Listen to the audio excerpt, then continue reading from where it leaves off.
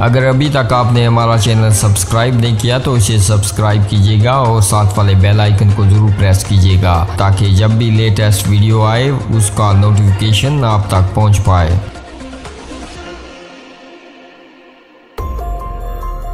अस्सलाम वालेकुम इरिस्टार टीवी के मुअज़्ज़ज़ नाज़रीन, आपको यहाँ पर एक अफसोसनाक खबर देते चलें कि मीरपुर आज़ाद कश्मीर मंगला नक्की के मकाम पर बाप बेटा नहर अपर जेहलम में डूब गए। दीना की रिहायशी फैमिली सैर व तफरी के लिए मंगला आए थे।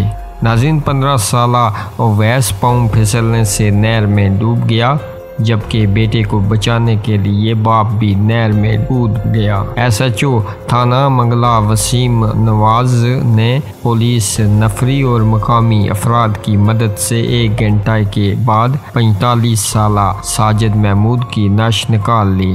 नश पोस्टमार्टम के लिए सरकारी अस्पताल पहुंचा दी गई है। नाज़रीन, जबकि 15 साला अवैस की नश की तलाश जारी है।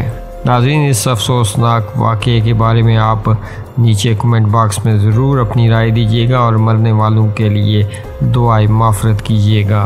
इसी के साथ आपसे चाहूँगा इजाज़त। अगली वीडियो तक के लिए अल्लाह हाफ़िज़।